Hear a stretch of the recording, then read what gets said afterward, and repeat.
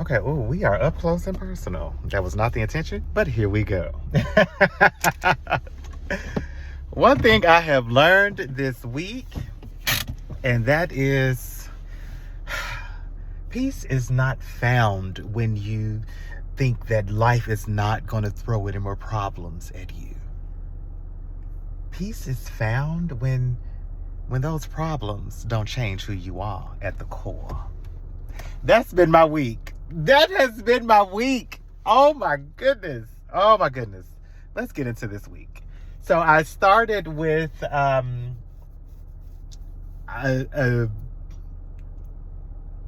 self-research evaluation of how my body reacts to tequila versus whiskey.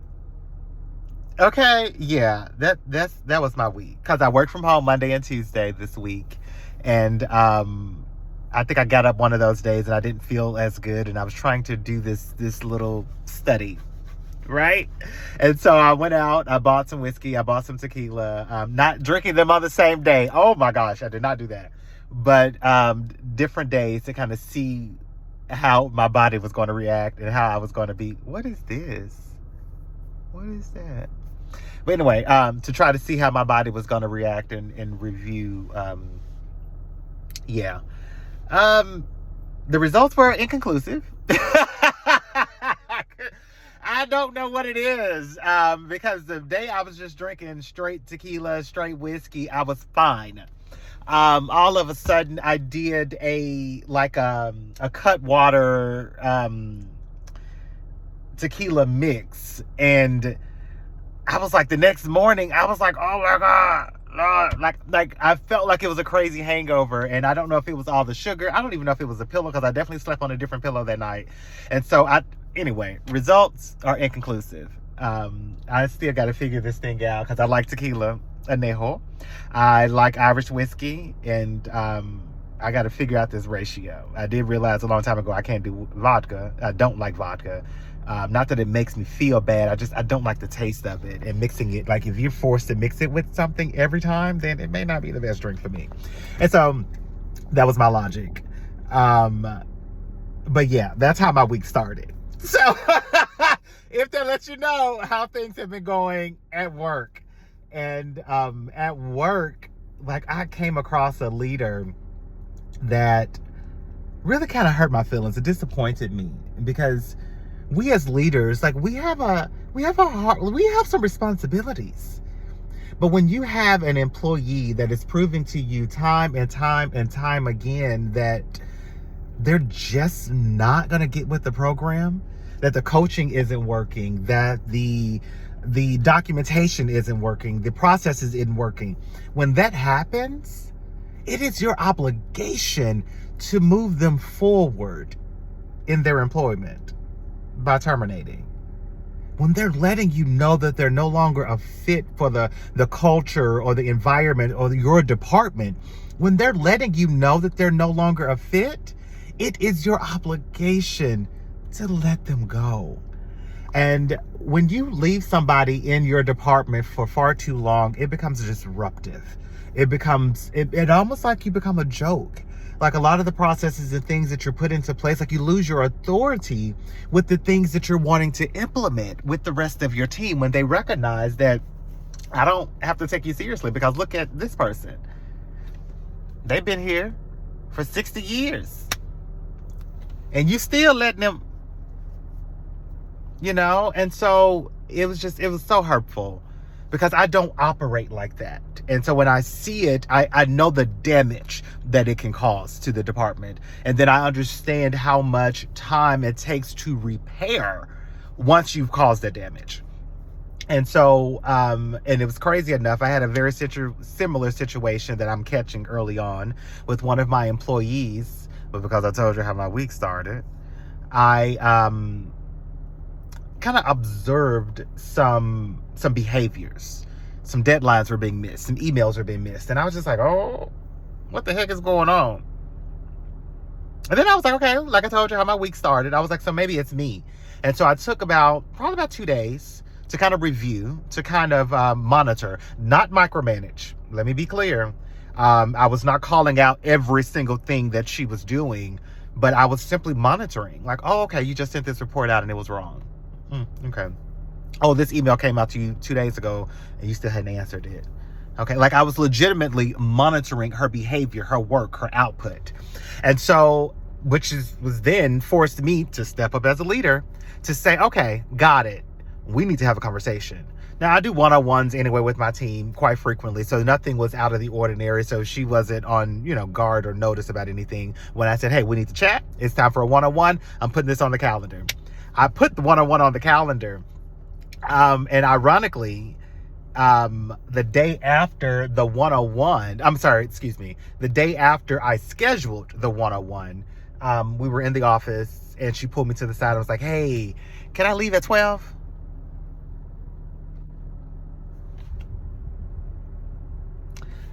Now, as a leader, my bells went ringing. Because I'm just like, you're behind, you're missing deadlines, you're behind on emails, your performance has dropped down a little bit, and you want to leave early. In the words of Sally Langston from Scandal, that dog, that just ain't gonna hunt.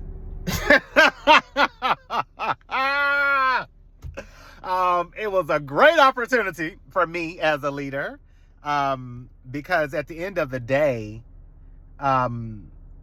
she's only ever seen me as this, positive, friendly person. And so I had to get a little stern to say, okay, you got time? Let's chat now. Let's go ahead and do our one-on-one now. And we did. We had to have the conversation. I pulled out all of the facts, all of the details of all of the things that I've been kind of observing. She agreed to them. She understood them as well. She also gave me the reasons as to why that was going on, and it made sense. And so we kind of cultivated a plan. We collaborated on a plan as to what we were going to do to kind of get her out of this hole, so to speak, while also letting her know that we still have a job to do. We still have to honor our commitments. We have to meet our deadlines. And anytime that you're not able to, it is your responsibility to let me know that your deadline is approaching and you're not going to be able to meet it, right? And thankfully, she is an employee that she didn't fight me on it. She understood where I was coming from. She understood the sternness. She understood at the end of the day, we still have a job to do. I'm able to separate personal versus professional very easily. I understand and recognize that everyone cannot, but I need you to hear me when I say this. This thing cannot happen again. This piece of your job cannot happen again. And it was kind of funny because she was like, I know, I see, okay, I see you there with your notes and I see you jotting down your notes. Yes, ma'am, I am. And once I'm done, I'm going to recap this conversation and send it to you in an email. And again, that's just the type of leader I am. Not to try to catch you up, because I don't have time for that. But I need you to understand how serious this particular dynamic is, how this cannot continue. If you want to continue down this path, we can continue, probably separately, but we can. There's often consequences to that. But if not, and you need some assistance to kind of get back on track, this is the time for you to solicit my attention, my feedback, so we can get back on track. And let's continue on our week, our month, our year, our quarter, right? And so anyway, that's how I lead. But it's crazy because that's how I lead at my 9-to-5 job. But then when you are also a business owner, you snap into reality very quick. And so earlier on this week, in fact, last week, my business partner spoke to me. One of the vehicles, the engine went out. And so we had to order a new engine. That engine was coming in this week. And I mean, I had to make sure I had the funds. I've told you guys from a couple of weeks ago, like I have depleted a lot of my reserves and I don't like living like that.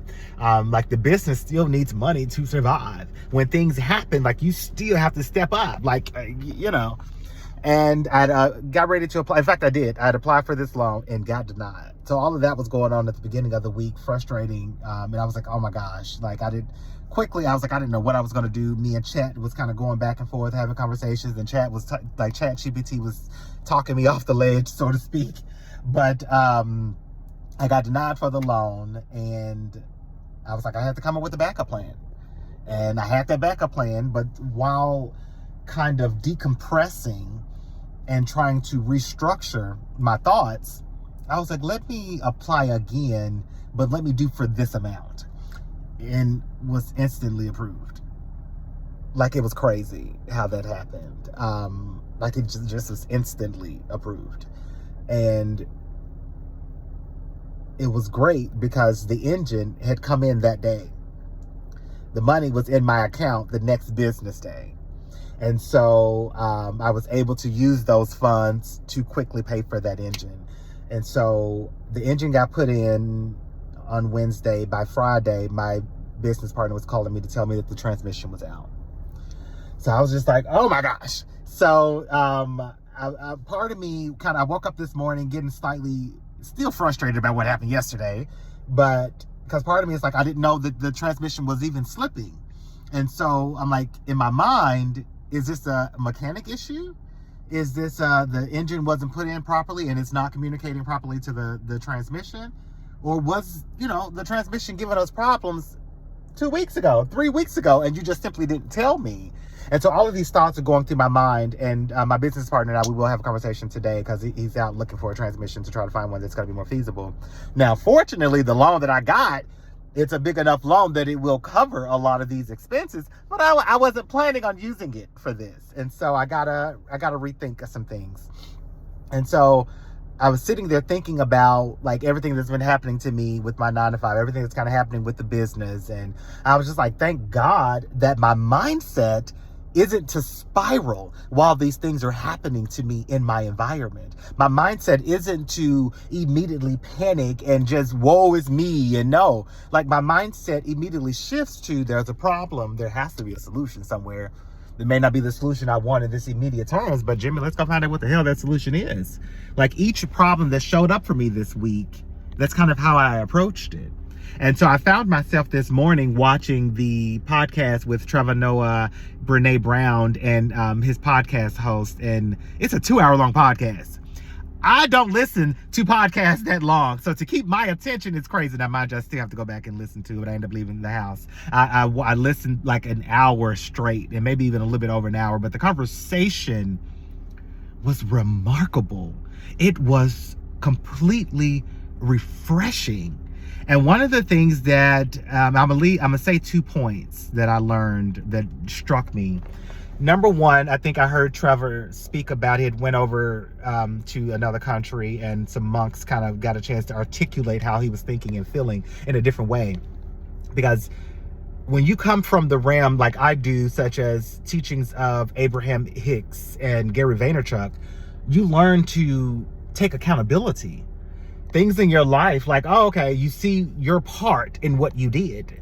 Right or wrong, like wherever it went, you take accountability for what's going on in your life, what's going on in your environment. And Trevor was talking to a few monks, and they articulated it like, no, like that thing was going to happen anyway. You just so happen to have been on the back end, the tail end of that, the receiving end of that. But that event was going to happen with or without you anyway. And so Trevor started to speak on how we as people, especially nowadays, we often grow up thinking that we're the center of the universe. And so that got me thinking about the teachings of Abraham Hicks and Gary Vaynerchuk, because when you are accepting accountability for the things that are in your life, especially from an entrepreneur perspective, especially personally things that are going on in your life, leadership wise, and how you are cultivating departments, you accept accountability and you assume you are the center of the universe, so to speak, as if all things are in your control, as if what you have done have kicked off this catastrophic event, when the reality is you're just a very small piece of this world. You don't have the authority or the power to cause a catastrophic event. Like that thing that happened in your life, it was going to happen anyway. And so sitting there listening to him talk about it, and the next analogy that he gave, just to kind of bring this point home, he gave the analogy of people If you didn't get a chance, go listen to the interview. Definitely the podcast, go listen to it. But he gave the analogy of how we're all walking around with these buckets, or most people are walking around with these buckets. And you can say they're emotional buckets. And you're filling them up with all of the different things that's going on in your life. And you're just filling them up until something tips that bucket over. What you said, what you have done, like it could have been cutting them off in traffic. It could have been smiling and just simply saying good morning, hell. It could have been you looked at their child the incorrect way and they took it a different way. It could have been you looked at their spouse. It could have been you hit them with a basket. It could have been the accident of a vehicle to vehicle. That little bitty thing has now tipped over their bucket. And so everything that was in that bucket pours down on you. And you're sitting there wondering or thinking that, what did I do that caused them to tip all of this? Like, what did I do to deserve all of this? Especially if you're coming from a religious background. We often believe that some of the things that we've done in our life has caused the universe or God to test us or to put us in these situations to ensure that we can handle the battle that's ahead. And that's not how this works. And I was reminded of that today, and I thank God that I no longer have that mindset, or at least I'm on the tail end of that mindset, because we just make the best decisions that we can based off the tools that we have in that moment. Period. And I'm learning that on the other side of that, and maybe it's because I'm about to be 40, I don't know. But I'm learning that when you dump all of that on me, I can feel it, I can absorb it, but I can also let it just run right off of me. Like, I see you just cuss me out. I see your disdain for my existence. Now let's have a conversation. Yeah, I see you just made that wrong turn. But now, let's have a conversation. If you're open to it. If you're not, I'm okay with that too. Because what you just poured out on me, I probably got some splashes, but it's not going to change who I am at the core. It's not going to change how I respond to you. It's not going to change anything about me. You don't have that power to alter my DNA. Oh my gosh, I love it. So if this week has taught me anything, and I love that I have wrapped it up with something I just learned this morning, but I love the fact that learning and being able to heal and acknowledging peace within your life, it is not saying you're never going to have trouble. It is not saying that you may not get hit by something over there in that corner that wasn't meant for you. You could have just been at the wrong place at the wrong time, or the wrong place at the right time.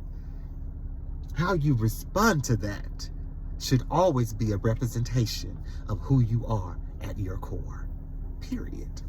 And I love that I'm learning that about myself, and that I am being put in these situations where I could have popped off.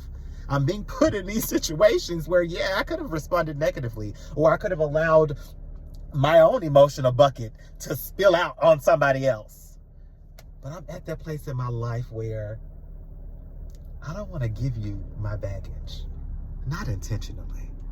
And so I'm doing a lot of work to self-soothe, to self-heal, so to speak, so that I'm prepared. So when it is time to move to the next level, those new issues that this more money has brought me, I'll be okay. Because who I am at the core has not changed. This has been a week. Okay, that's it for me. And at the end of the day, I know that we're all in this together, and we are all just simply becoming the better versions of ourselves. See you guys on the next one. I gotta go do a little bit of shopping.